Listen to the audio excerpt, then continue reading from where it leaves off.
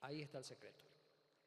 El viernes vamos a tocar temas que pueden ayudar a tener un corazón sano.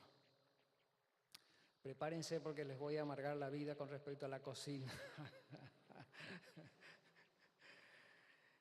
y también a la vida sedentaria.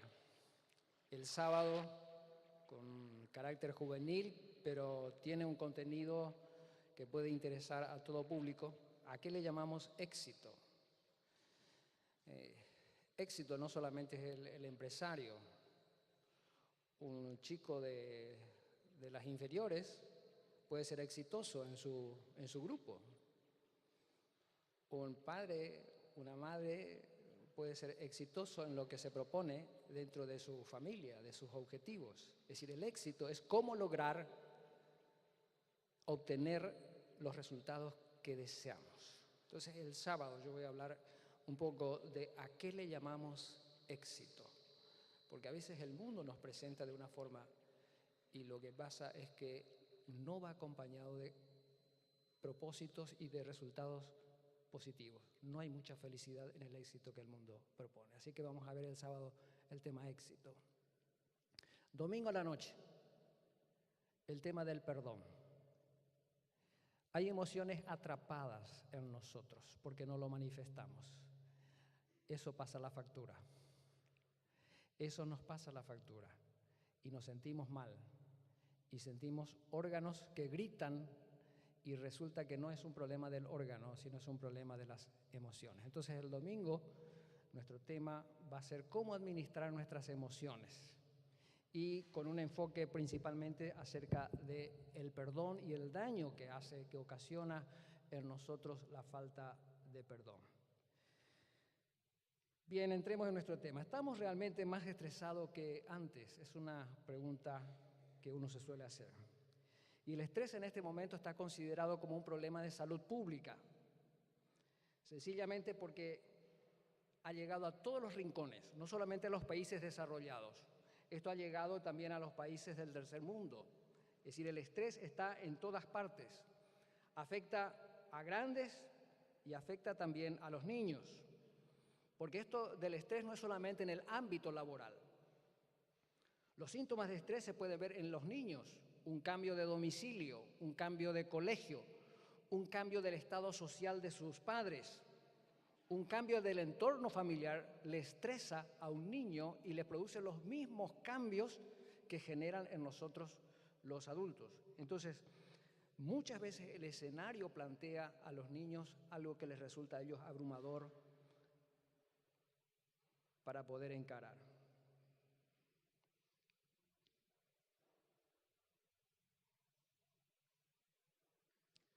Entonces, se habla tanto de este tema que uno llega a preguntarse, ¿estamos realmente tan estresados como la gente dice? Y la respuesta es sí. El avance tecnológico es un copartícipe de esta situación que estamos viviendo. Lo vamos a ver nosotros en el transcurso de nuestra conferencia, cómo el avance tecnológico está generando un escenario propicio para que el estrés se instale y nos cause daño. Hace poco más de 10 años atrás, James Ballard, un escritor británico de ciencia ficción, decía lo siguiente en sus escritos. Él presagiaba en sus novelas que los nuevos modelos de ocio de la humanidad y fundamentalmente de nuestra generación iba a crear o conducir a la clase media a un grave estado de estrés en donde solamente podrían avanzar o solucionar si ellos recurrían al libertinaje sexual y a la violencia. Fíjense cómo este hombre, escribiendo novelas, estaba anunciando de cuál iba a ser el mundo que nosotros íbamos a vivir en este tiempo. Y más allá de la imaginación de Ballard, hay varios estudios de investigación que hablan que realmente el estrés es real. Hay funcionarios británicos que fueron sometidos a un estudio, a una evaluación, y se ha visto que el estrés genera no solamente un problema de salud, sino un problema de gasto social. Entonces se habla en este momento del estrés como un mal o una epidemia del siglo XXI. Un trabajo interesante del grupo español OCU, que es una organización que se dedica a la parte ocupacional y al consumidor, ellos vieron que el 84% de la población española ha sufrido en algún momento de su vida algún tipo de estrés. Y esto se ha convertido en la tercera causa de consulta médica. En México se habla del 68% y en Chile se habla del 50%. Es decir, hay algunos sectores del mundo en donde eso es más y en otros que es menos, como en el caso de Chile. En una entrevista de un profesional argentino, el doctor Struminger, él decía lo siguiente: en este momento el cuidar la salud de la población es una profesión de alto riesgo. Él es jefe, o era jefe en aquel momento, del Santoyani, de la unidad coronaria. Él decía que en una ocasión un colega, miembro del staff, en plena cirugía se desploma víctima de un infarto. Y gracias a la rápida actuación del anestesiólogo lo resucita y lo recupera. Y él decía, un hombre joven, decía, un alto porcentaje de nuestros colegas acá del departamento son mis pacientes debido al problema que genera el estrés laboral.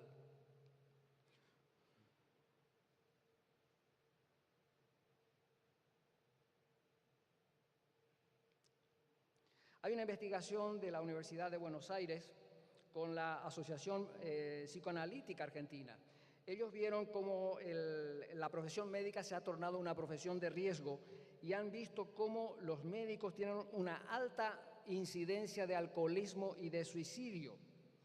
El British Journal de Medicina publicó un artículo de un trabajo de más de 10 años de investigación entre los trabajadores y ellos vieron que el 40% de ellos tenían una mayor mortalidad debido al estrés.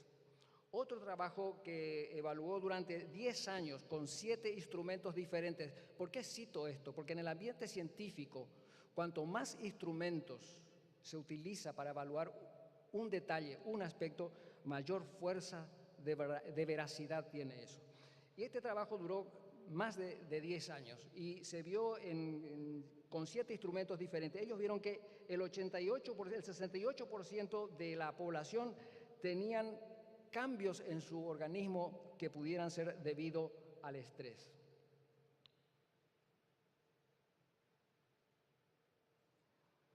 Uno de los inconvenientes de este tema del estrés es que muchas veces nosotros mismos somos escépticos, no creemos todo lo que se dice acerca del estrés.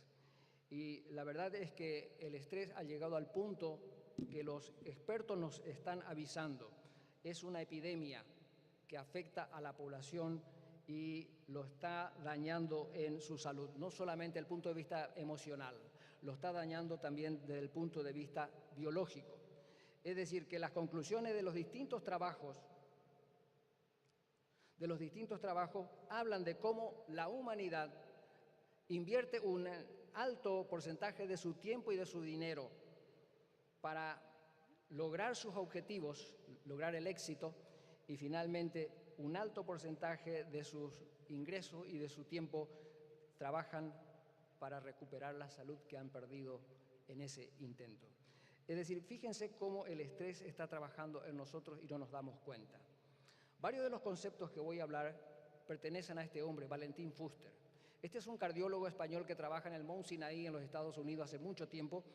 Es un hombre que siempre que cuando da conferencias dice, así será la cardiología de los próximos 10 años, y nunca se equivocó. Hasta el momento nunca se equivocó, es una autoridad para nosotros en el mundo cardiológico.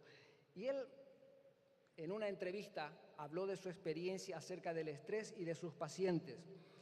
Y relató cómo de la lista de sus pacientes, voy a citar solamente 3, no los 20 casos que están allí.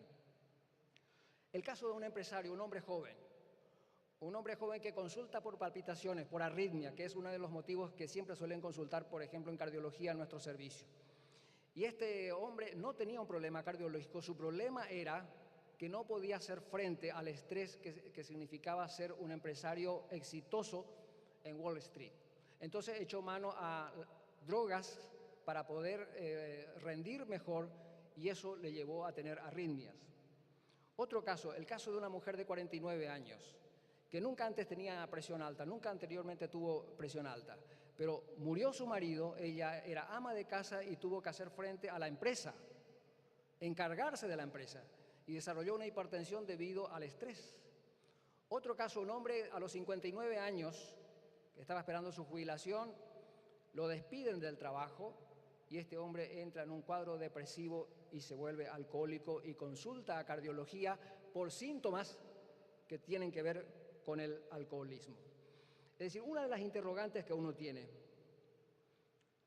cuando aborda el tema del estrés, ¿qué podríamos hacer o cómo podríamos prevenir para disminuir el estrés, el impacto del estrés en nuestra salud? En cierta ocasión, un visitador médico que quería promocionar un tranquilizante no tuvo mejor idea que utilizar unas tarjetas con contenido bastante cómico, pero a la vez ayudaba a grabar algunos conceptos. El lema es como sigue. Dice: comience la semana con mucho terror. Despierte todos los días pensando y creyendo que es lunes. La idea de tener toda una semana por delante, dice, preparará su corazón para tener un ataque cardíaco. Adquiera una computadora con un procesador lo más lento posible, dice, de tal forma que se le cuelgue las veces que usted quiere guardar su documento, es más, con poca memoria RAM. Ahí tienen ustedes las especificaciones que decía la tarjetita del visitador médico. Tercer paso para tener estrés: venda su alma. Dice, si tiene ya un trabajo, busque un segundo trabajo, y si tiene un segundo trabajo, busque un tercero. Es decir, busque ocupar todo su tiempo libre.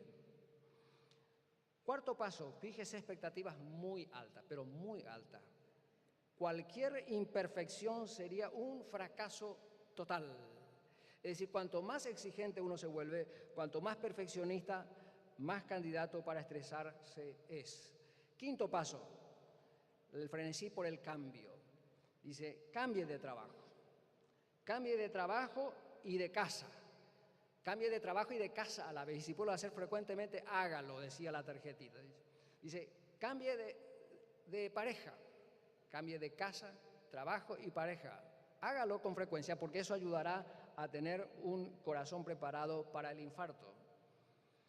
Sexto paso, sufra en silencio. Dice, obtenga la máxima presión sufriendo en solitario cualquier problema que usted tiene. Confiar a otros es descomprimir la presión que siente en el corazón. La mejor forma de aprender algo es cuando aprendemos de nuestros propios errores. Y si a esto le agregamos un poco de humor, es señal que realmente estamos madurando y es posible que demos un paso correcto para corregir ese defecto. ¿Qué ocurre con nuestro organismo cuando el estrés se presenta? Existen varios cambios que tenemos que tener presente y que son responsables, en último caso, de los síntomas que tenemos. El cuerpo se resiente porque está sometido a estrés. El primero que habló de esto fue este hombre, Hans Selye, hace mucho tiempo. Descubre el estrés por casualidad. Trabajando en su laboratorio con ratas, lo llamó síndrome de adaptación general y lo publicó en una revista. Este hombre habla del estrés en tres etapas. La primera etapa es la etapa de la alarma, es cuando uno siente la presión de algo que lo presiona y uno reacciona. La segunda etapa es la resistencia, cuando uno hace fuerza para poder soportar y no ser derrotado, no tumbarse. Y la tercera etapa es cuando viene el agotamiento, cuando el organismo no da más, tira la toalla y aparecen los síntomas del estrés.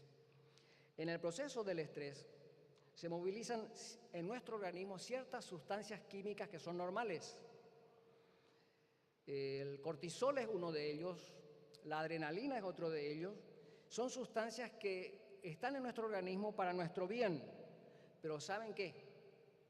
Evitan que, por ejemplo, las sustancias se utilicen para las proteínas, que es la parte de construcción de nuestro organismo y la parte de protección de nuestro organismo, y lo roba esa energía para utilizar para otra cosa. Es decir que el cortisol y la adrenalina, cuando están más tiempo y el mayor nivel que el organismo necesita, es perjudicial, al punto que un deportista, a pesar de tener un cuerpo entrenado, puede hacer una fractura espontánea o al menor golpe, aún estando entrenado. Es decir, el estrés afecta a nuestro organismo. Eberle fue otro que habló acerca del estrés. Él era un profesor asociado de psiquiatría y decía lo siguiente, él ponía mucho énfasis en el estresor, en el causante. Él dice, el problema está afuera, el problema no está en nosotros, el problema está afuera, el escenario de afuera. Él puso mucho énfasis en el estresor. Y hablando del estresor, él dice que hay estresores psicosociales. Los psicosociales serían los desengaños, un cambio de domicilio, un cambio de trabajo, problemas emocionales, la soledad, jubilación. Esos serían factores psicosociales. Y factores biológicos, un ambiente de trabajo de alta polución, puede ser polución de ruido. Por eso voy a decir algo que tal vez no les guste mucho a las autoridades del colegio, pero el ruido, el bullicio es una polución y eso estresa al docente. Lo que pasa es que no podemos hacer absolutamente nada. Pero hoy yo estuve acá almorzando y el bullicio, para ellos era música, pero inconscientemente eso actúa en las emociones porque eso es polución. Entonces, los biológicos son aquellos que están permanentemente en el ambiente, nosotros no nos damos cuenta que están allí, pero nos afectan. Claro que nos afectan. Y Eberle habló acerca de la intensidad de estos estresores, puso mucho énfasis en la intensidad. Otro hombre que habló sobre el estrés fue Lázaro. Él habló de esta forma, él dijo, no es un problema solamente del escenario, del ambiente, y no es un problema solamente mío, es un problema de ambos. Dice, es una relación entre el escenario y el individuo. Es en la forma que el individuo interpreta que ese escenario le va a superar. Entonces eso lo estresa. Cuando él en su disquisición evalúa que lo que tiene enfrente realmente lo va a descompensar. Entonces Lázaro habla de este tema y él tiene mucha razón cuando lo dice de esta forma. ¿Qué ocurre en nuestro cuerpo durante el estrés? Aparecen varios cambios en nuestro organismo. Uno de ellos es la liberación de cortisol que hemos visto. Se llaman neurohormonas. El sistema nervioso es el que se encarga de liberar esto. Y eso pone en actividad cierto sector de nuestro organismo que nos prepara, en primer lugar, para huir. Es decir, el cortisol atrapa la glucosa, el azúcar, que es el combustible de nuestros músculos, toma ese combustible y lo utiliza en los músculos para que el organismo reaccione ante lo que se le presentó, ya sea para hacerle frente o para huir. Entonces, esas sustancias químicas que el cerebro secreta es para preparar a nuestro organismo para enfrentar al escenario que nos plantea el entorno. El cortisol circulante altera la secreción gástrica, por eso que hay mucha acidez y hay dolor de estómago.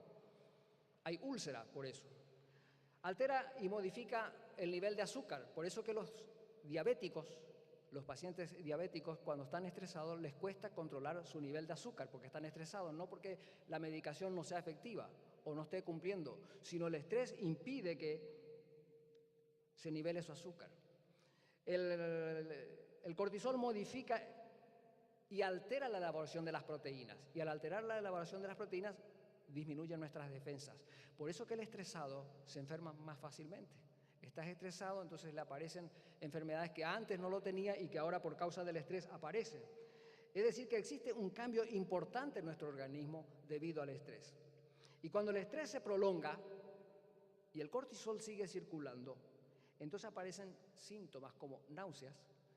La persona que va a la consulta habla de un nudo en el estómago, tengo un dolor en el estómago, o a veces como retorcijones en el vientre, de allí viene la parte intestinal, el intestino irritable, cefaleas.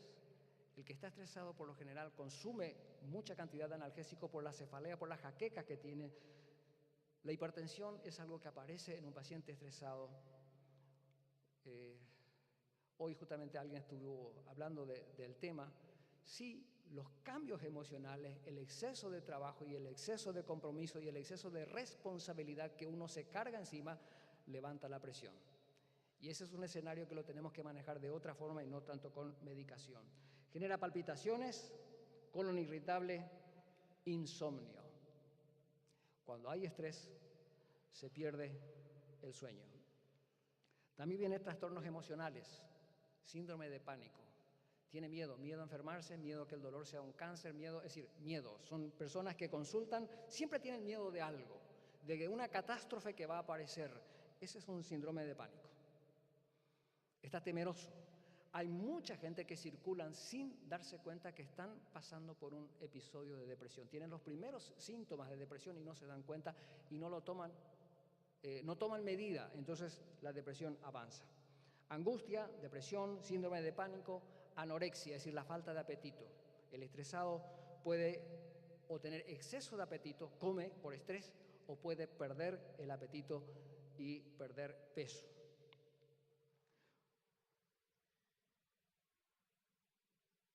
Se fue, ahí está.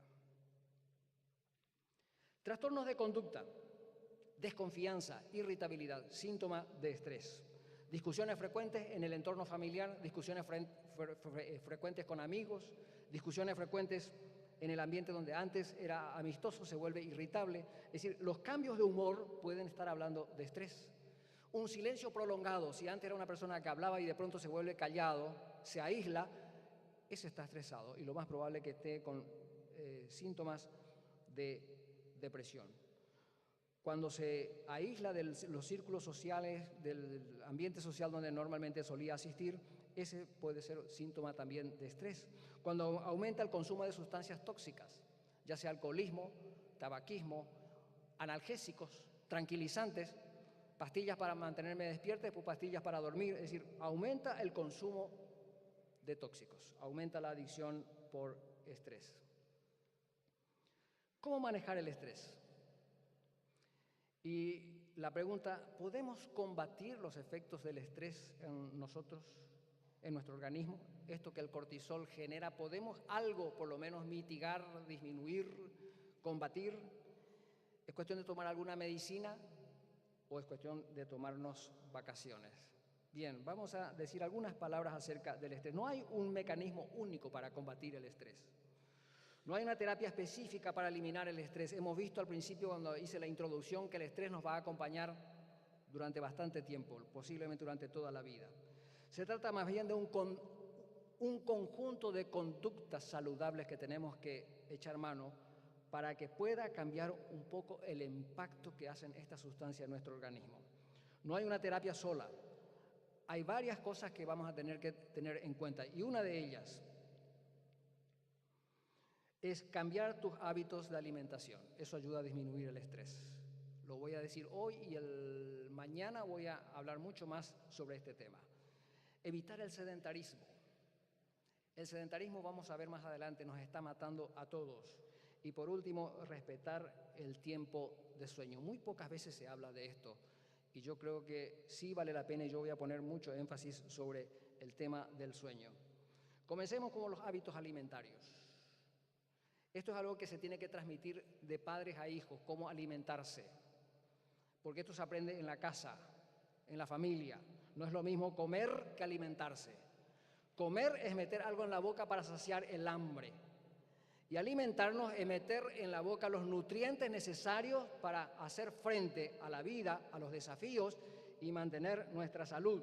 Es decir, nutrirse, alimentarse, es totalmente distinto a comer. Hay una evidencia clara en el ambiente científico acerca del beneficio de mantener una dieta equilibrada. Van a ver ustedes que la dieta mediterránea es de las más exitosas en ese sentido. Influye sobre la salud, disminuye las enfermedades y modifica la mortalidad. Estamos hablando de mortalidad, no solamente de enfermedad. Estamos hablando ahora de mortalidad. Es un parámetro muy duro en medicina. En medicina, cuando se habla de enfermedad, se utiliza un término de morbilidad. Pero cuando se dice mortalidad es un parámetro muy duro, es un dato muy duro, muy fuerte. Y la alimentación disminuye la mortalidad cuando es correcta. Influye en la salud, disminuye las enfermedades, evita el consumo de carbohidratos simples, las glucosas simples, los azúcares simples.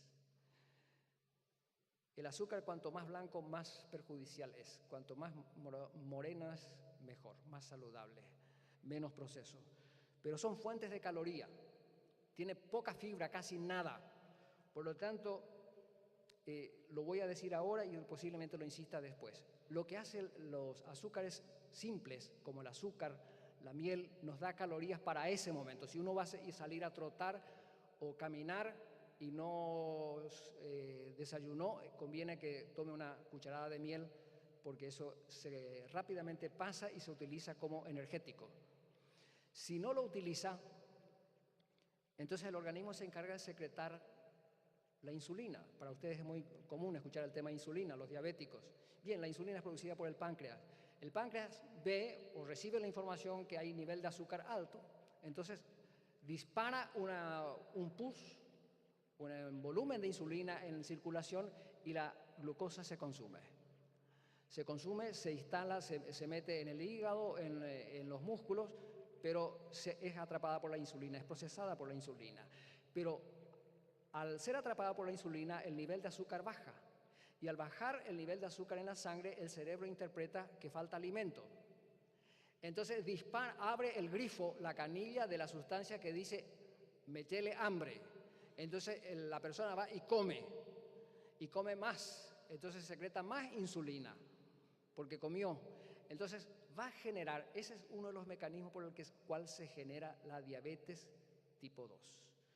Por eso que la humanidad está en este momento con el tema de la diabetes, está progresando en forma rapidísima debido a nuestra alimentación. Y no voy a insistir tanto para que no se me amargue el auditorio, pero la diabetes tipo 2 es debido a esto que acabamos de ver. Valentín Fuster dijo lo siguiente: para mantener el nivel de colesterol adecuado es ideal seguir una dieta adecuada. Él sugiere la dieta mediterránea. Dice, no sabemos exactamente cómo protege, pero sí sabemos en qué consiste. Es verdad, no se sabe cómo realmente protege toda la dieta mediterránea, pero sí se sabe en qué consiste. La UNESCO ha declarado Patrimonio Inmaterial Cultural de la Humanidad en noviembre del 2010. Quiere decir que es una dieta que realmente apoya la salud de la humanidad. Es un modo de alimentación, es un estilo de vida, más que una dieta. Es un estilo de vida de los países mediterráneos. Está basado en una trilogía: el consumo de trigo, el consumo del olivo, el aceite de oliva y el consumo de la vid. Es decir, es una cocina preparada en un ambiente familiar y consumido en un escenario propicio. El informe de la Organización Mundial de la Salud habla del 59% de las muertes están provocadas por una mala alimentación. Fíjense que es un número muy duro esto, 59%. El cáncer, enfermedades cardiovasculares, obesidad, diabetes tipo 2, la hipertensión, son las principales causas de muerte en el mundo, los países desarrollados y no desarrollados en este momento, porque han alcanzado los sectores más pobres. No hay un país del tercer mundo donde no haya McDonald's, Burger King, etcétera, etcétera. Es decir, ellos se encargaron, las empresas se encargaron de cambiar nuestro estilo de vida y de alimentación. Y con ello hemos adquirido la enfermedad de primer mundo sin ser primer mundo. Nos enfermamos igual o peor que ellos y no estamos en las mismas condiciones económicas que ellos, pero comemos como ellos comen. Nuestro aporte de calorías en la alimentación debe estar acorde al consumo diario. De acuerdo a nuestra actividad, lo que no se consume se constituye en grasa. El organismo, cuando la glucosa no se consumió, automáticamente va al hígado, el hígado graso. Más de uno habrá encontrado en su ecografía que le informan un hígado graso, o grasa directamente amontonado en aquel sector que a veces no queremos mirar, pero está en nuestro cuerpo. Se sabe hoy día que el varón que acumula grasa en el abdomen es altamente nocivo, genera diabetes tipo 2, hipertensión y afecta la parte cardiovascular. Evitando el exceso de sodio y el exceso de grasa saturada. Índice de masa corporal. Tenemos que calcular el índice de masa. Esto parece algo técnico, pero es práctico. Es práctico, porque es importante que las personas sepan el peso que le corresponde. Yo tomo el trabajo y la costumbre de medir la cintura de mis pacientes. Lo digo ahora y me van a escuchar todos estos días de conferencia. Toda mujer que su cintura mida más de 88 y todo varón que mida más de 102 centímetros es un diabético potencial a corto plazo.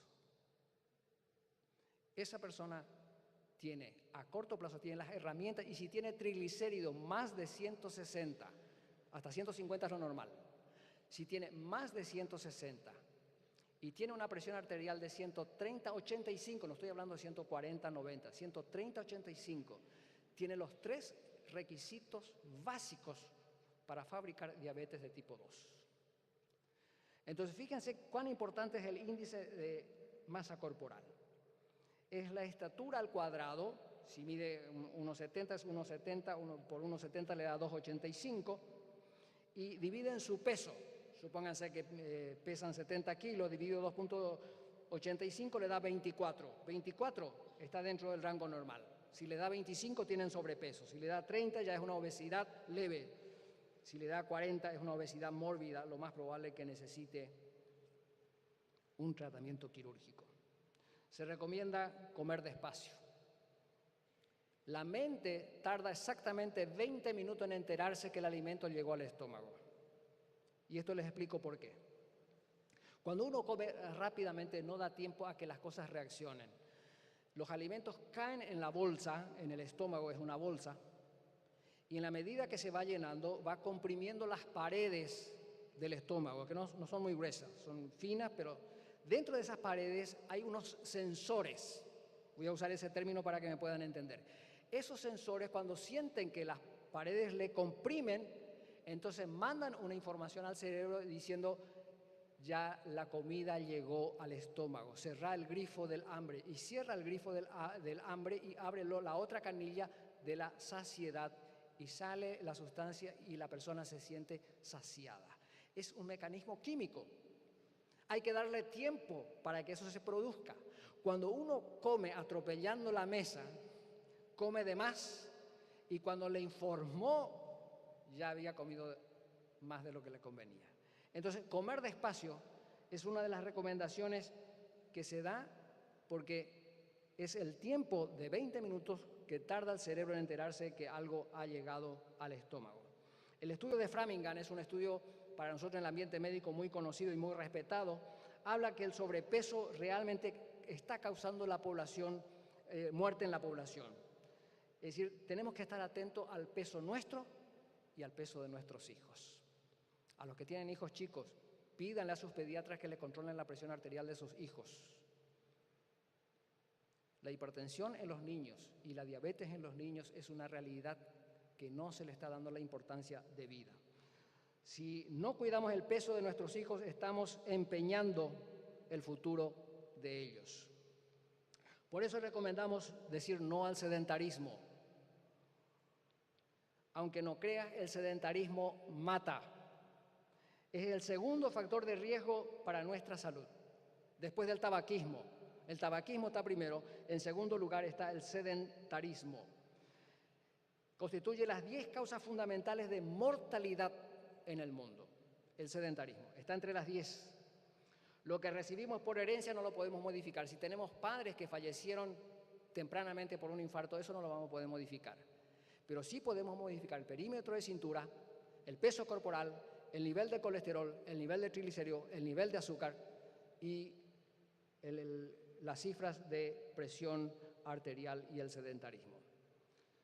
¿Cómo conocer? Les voy a dar en forma práctica cómo conocer a los que les gusta caminar y hacer algún tipo de deporte.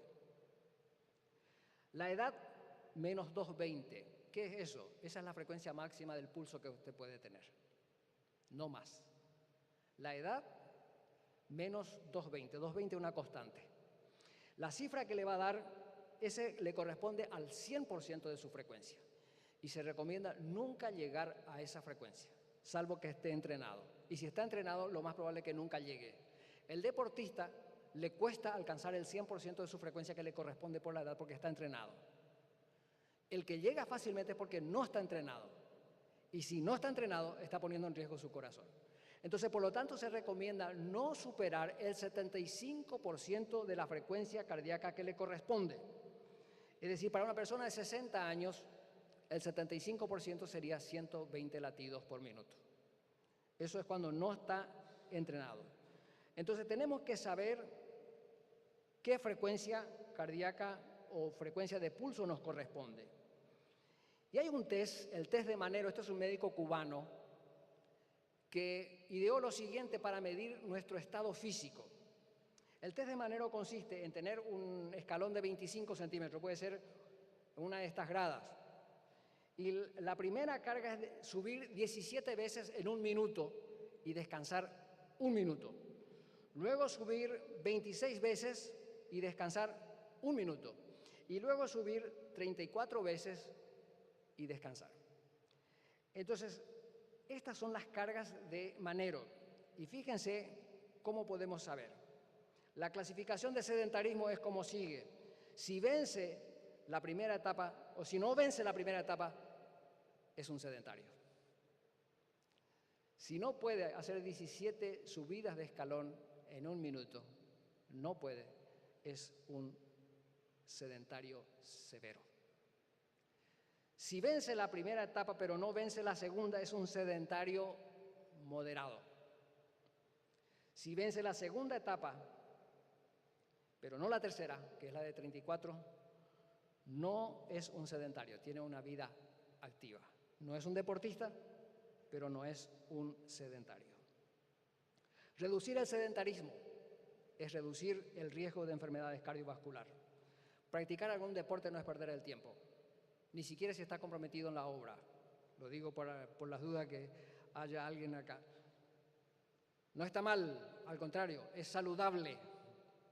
Es saludable, cuidando el cuerpo, el vaso de barro, cuidando. No somos dueños de nuestro cuerpo, le pertenece al Señor, por lo tanto tenemos que cuidar.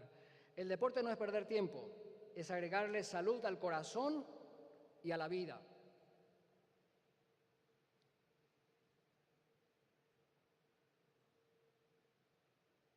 Hay veces que se congela. Ahí.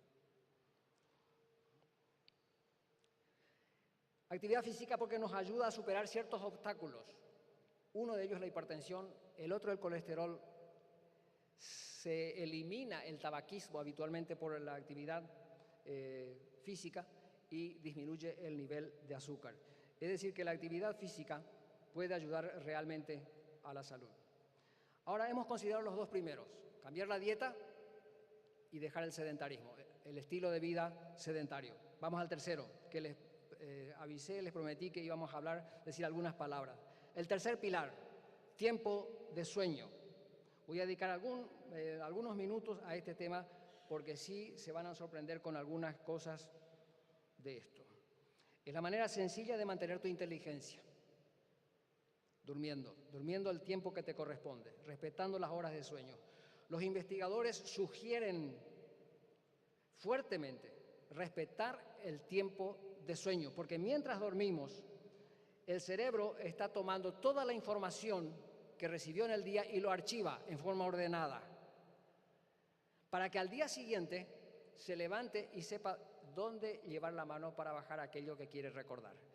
Error, lo que hacen muchos estudiantes, es estudiar toda última hora, no se recuerdan, y robar tiempo al sueño.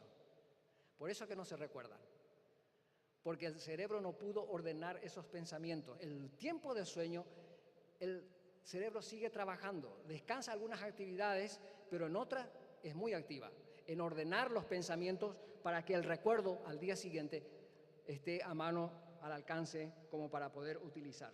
Rastrea todos los recuerdos en nuestra memoria, lo pule y lo guarda, estabiliza y lo hace más fácil de utilizar al día siguiente. Se sabe hoy día que dormimos 2 horas menos que hace 50 años atrás. ¿Por qué será? Pero es así. Esta generación y la anterior, diría yo, duerme mucho menos que antes. Y esto nos ha vuelto irritables. Por eso que hay mucha gente irritable en el tránsito. A lo mejor no es que sean nerviosos de por sí, le falta sueño. A muchos de ellos les falta sueño, vienen a un tercer trabajo a lo mejor. En el caso de enfermería, nosotros tenemos bajo rendimiento en aquellos enfermeras o enfermeros que tienen doble turno. Son irritables, no tienen paciencia. Es decir, el tiempo de sueño aumenta la tasa de irritabilidad, de accidentes de tránsito, de accidentes de trabajo, en todo sentido. Es decir, es un mal hábito el dejar de dormir. Se recomienda no disminuir de 6 horas, ideales 7 a 8 horas. Eso es lo ideal. Se ha comprobado que aquellos que duermen menos de 6 horas tienen serios trastornos que después les cuesta solucionar. Es decir, 6 horas es lo mínimo que el organismo necesita para sus procesos normales. No sé si todos están enterados. El insomnio tecnológico, ¿qué es esto? Esto es producido debido a la pantalla que se utiliza con la laptop, con los celulares, con las tablets, con los aparatos digitales. Trastornos, perturbaciones del sueño debido a los aparatos que hoy están al alcance de nuestras manos y de nuestros hijos. Hay un estudio que se realizó en 600 jóvenes y encontraron que el 60% de ellos, entre 12 y 19 años, dormían menos de lo que requiere su organismo por culpa de la laptop y de los smartphones que tienen.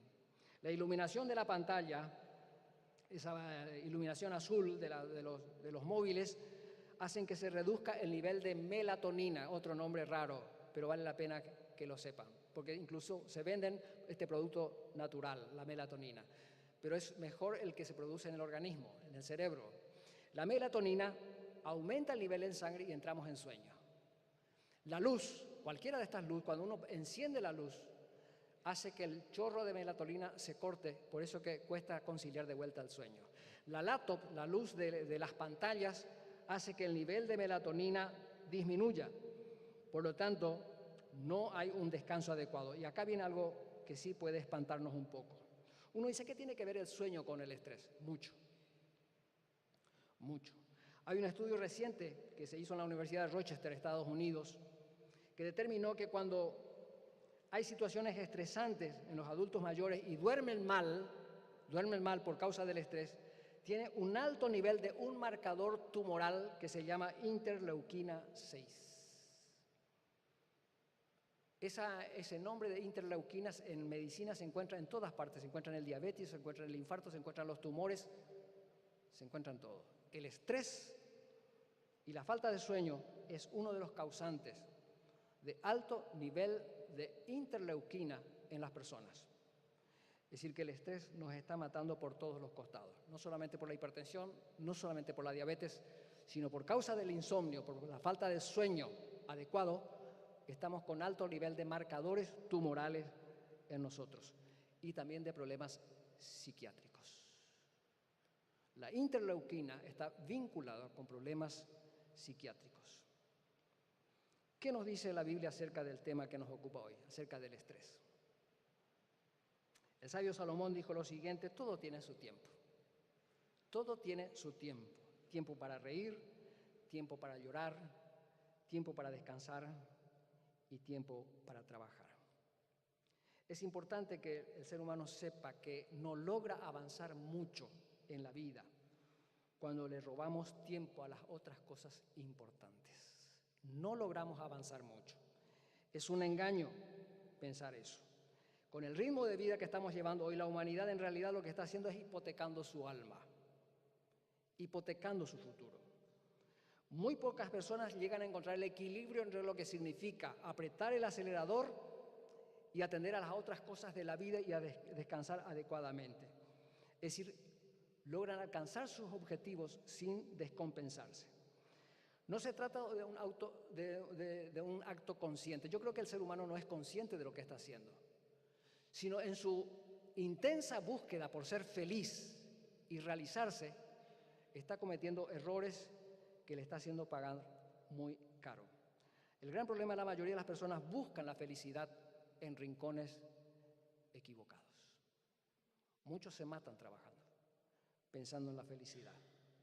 El apóstol Pablo dice en Filipenses capítulo 4 y versículo 11, he aprendido a contentarme cualquiera sea mi situación. Y saben que Pablo no fue un conformista para decir, bueno, no, al contrario, Era un hombre que acostumbraba a disfrutar de cada cosa que lograba, sea mucho o sea poco. Por eso dice, he aprendido. Y si tengo poco, no por eso pierdo mi objetivo. Y si tengo mucho, no por eso pierdo mi objetivo. Porque eso es lo que pasa a mucha gente. En tiempo de carencia, pierde su objetivo y se enfrasca en ese problema. Y si tiene mucho, pierde su objetivo porque ahora tiene mucho. Y aparecen otras demandas. Es decir, el apóstol Pablo dice, lo que tenemos que hacer es avanzar. No importa que sea poco o mucho, lo importante es avanzar. Avanzar hacia nuestro objetivo. La ambición es una moneda de dos caras. Ahí lo puse en una gráfica. Porque te hace tirar del carro cuando ya los demás no tienen fuerza y han tirado la toalla. Pero la ambición te hace empujar el carro, porque te produce deseos de avanzar, pero también no te permite descansar nunca. No te permite descansar. Es decir, la parte oscura de la otra cara de la moneda, la parte oscura, te lleva a la más profunda y densa oscuridad. En julio de 2013, un hombre empresario, líder de una empresa de telecomunicación de la Swisscom, se quitó la vida, tenía 49 años. Era considerado un hombre exitoso. Tenía un alto rendimiento laboral, un alto rendimiento como deportista, una persona disciplinada, era campeón de esquí, pero tuvo un gran fracaso y él lo reconoció antes de tomar esta determinación. Su gran fracaso ha sido su familia. Divorciado y podía ver a sus hijos cada 2 semanas. Yo diría, hipotecó su alma. Tuvo todo, pero no fue feliz. Esto vamos a ver el sábado, ¿a qué le llamamos éxito? Cuando veamos eso. La Biblia dice, Proverbios, encomienda al Señor tu trabajo y se establecerán o estabilizarán tus planes. Parafraseando. Es decir, a Dios tenemos que ponerlo en primer lugar. A Dios tenemos que encomendar. El Salmo 55, 22 dice, echa tu carga sobre el Señor. Echa sobre Jehová tu carga, tus preocupaciones, y Él te sustentará. No permitirá jamás que el justo pierda o quede tumbado o nunca se levante. Siempre se va a levantar. Echa sobre Jehová tu carga. Dijo además el Señor Jesucristo, venid a mí todos los que estáis trabajados y cargados, que yo os haré descansar. Y aprended de mí, que soy manso y humilde de corazón. Frases de la Biblia que impactan en el corazón y en la vida de las personas que prestan atención. ¿De qué sirve al hombre que ganare todo el mundo y que al final pierda su alma? El Señor Jesucristo tiene una respuesta para este mundo que vive desenfrenadamente hacia un objetivo, pero es un objetivo equivocado. Hoy la canción me gustó muchísimo, sus palabras. La verdad es que tenemos que comprometer a Dios en nuestras vidas para que se ordenen nuestras prioridades y el estrés no haga el estrago o los estragos que figuran en la parte científica que hoy conocemos. Que el Señor nos bendiga. Muchas gracias.